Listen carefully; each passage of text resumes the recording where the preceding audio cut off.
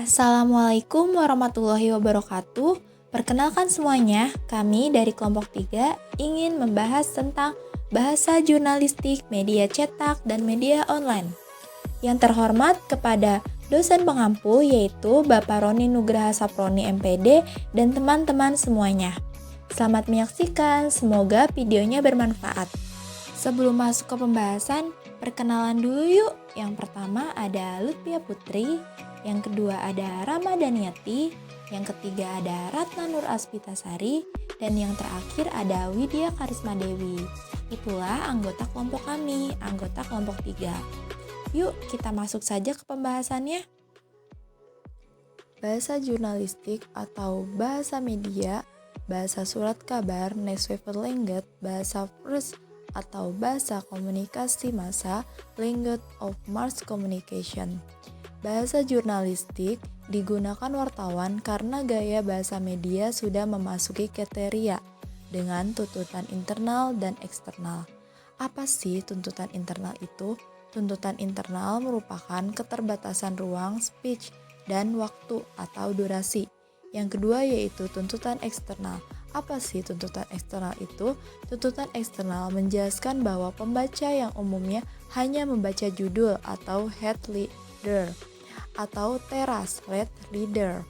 Hal ini disebabkan karena para pembaca lebih sering tidak ingin membaca terlalu lama dan pembaca lebih menyukai tulisan pendek dibanding dengan tulisan yang panjang. Bahasa jurnalistik mengarahkan wartawan untuk menghindari yang membuat para pembaca bosan, seperti kata yang bertujuan untuk memperpanjang durasi, kata yang tidak diperlukan, dan kalimat yang dihilangkan tidak mengubah makna narasi. Online sebenarnya sama dengan media elektronik atau media cetak. Namun, bahasa jurnalistik media online sering menggunakan bahasa media sosial. Hal ini dilakukan agar kata yang digunakan tidak asing di kalangan masyarakat yang aktif bermain media sosial. Pengaruh media sosial terhadap bahasa jurnalistik terlihat dari judul-judul berita yang sering menggunakan judul umpan klik. Yang kedua yaitu bahasa jurnalistik media cetak. Bahasa jurnalistik media cetak merupakan salah satu media publikasi berbentuk fisik seperti koran, majalah, dan lain sebagainya yang merujuk pada media cetak utama. Berikut merupakan karakteristik bahasa jurnalistik. Yang pertama yaitu hemat kata. Hemat kata merupakan penggunaan sedikit kata-kata untuk menginformasikan banyak hal. Contohnya, daripada menjadi dari, kemudian menjadi lalu. Yang kedua yaitu ringkas. Ringkas dalam bahasa jurnalistik akan lebih mudah dimengerti. Menurut Alhester, kian panjang kalimat, kian kurang ia mengerti. Contohnya, Persib Bandung yang dijuluki Maung Bandung melakukan latihan di Subang untuk persiapan Liga Indonesia tahun depan. Lebih baik Persib Bandung berlatih di Subang. Tim berjuluk Maung Bandung itu bersiap menghadapi Liga Indonesia tahun depan. Selanjutnya ada padat dan jelas. Dalam bahasa jurnalistik menggunakan kata terapi, tidak menggunakan penafsiran ganda atau ambigu, dan tidak menggunakan bahasa kiasan agar mudah dipahami. Menulis dengan teratur dan lengkap.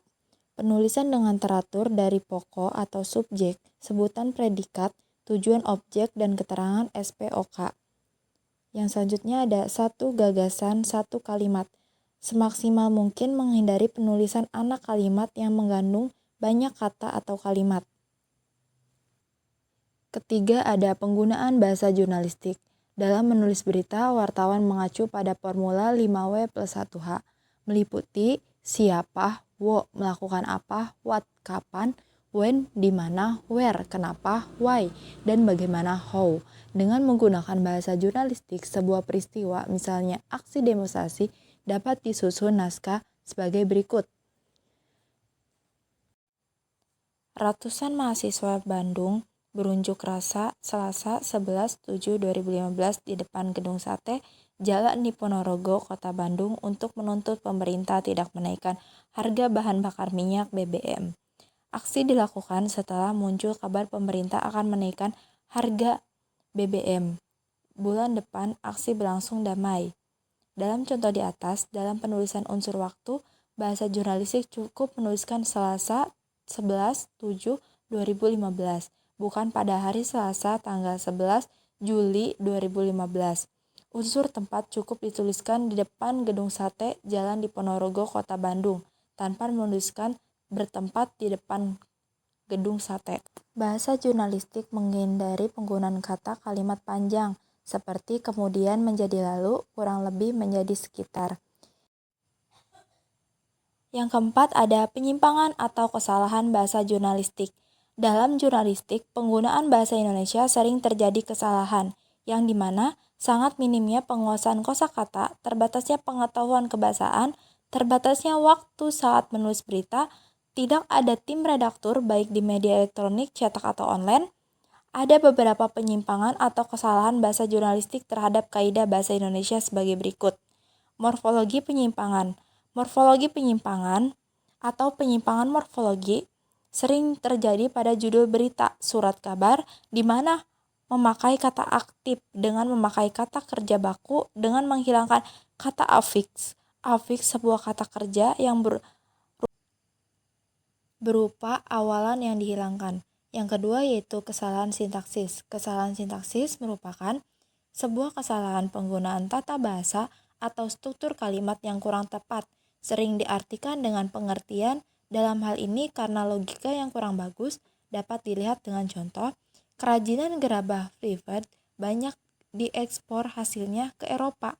Seharusnya judul tersebut diubah menjadi hasil kerajinan gerabah Privet banyak diekspor ke Eropa. Yang ketiga ada kesalahan kosakata. Kesalahan kosakata merupakan kesalahan yang sering dikaitkan dengan alasan kesopanan atau sangat meminimalkan dampak buruk pemberitaan. Yang terakhir ada kesalahan pemenggalan. Kesalahan pemenggalan sering terjadi ketika ganti garis dengan kolom di situ hanya terlihat asa penggal saja. Pemenggalan bahasa Indonesia sering terjadi kesalahan karena menggunakan program komputer berbahasa Inggris. Untuk menghindari kesalahan-kesalahan tersebut, perlu adanya penyuntingan atau editing, baik dengan ejaan dan pemakaian bahasa jurnalis, agar penulis mampu memilih kosakata dengan tepat. Penulis belajar atau berlatih menggunakan teknik sinonim atau antonim. Lalu dengan penyuntingan bahasa jurnalistik ada beberapa prinsip. Yang satu, balancing merupakan teknik mengolah untuk memeriksa lengkap atau tidaknya data. Yang kedua yaitu ada visi, merupakan tulisan seorang penulis yang mereferensi untuk data-data yang aktual. Yang ketiga ada logika, merupakan cerita yang mereferensi pada kecocokan. Yang keempat ada data akurasi. Dan yang terakhir kelengkapan data minimal 5W plus 1H. Baik, sekian penjelasan dari kelompok 3, semoga bermanfaat. Jadi, dapat kami simpulkan yaitu bahasa jurnalistik merupakan bahasa komunikasi massa yang digunakan oleh para jurnalis atau wartawan dalam menyusun dan menyajikan serta mempublikasikan berita baik di media cetak maupun media daring. Mengacu pada formula 5W plus 1H, meliputi siapa, melakukan apa, what, kapan, when, di mana, where, kenapa, why, dan bagaimana, how. Bahasa jurnalistik dapat digunakan pada media online dan cetak. Dengan menggunakan bahasa jurnalistik, sebuah peristiwa, misalnya aksi demonstrasi, dapat disusun naskahnya dengan baik dan ringkas. Adapun penyimpangan atau kesalahan bahasa jurnalistik biasanya berkaitan dengan kesalahan morfologi, penyimpangan kesalahan sintaksis, kesalahan kosakata, dan kesalahan pemenggalan. Dengan demikian diperlukan perhatian mendalam mengenai penggunaan bahasa jurnalistik yang baik untuk menghindari kesalahan yang mungkin dapat terjadi. Sekian pembahasan yang dapat kami sampaikan, semoga videonya bermanfaat.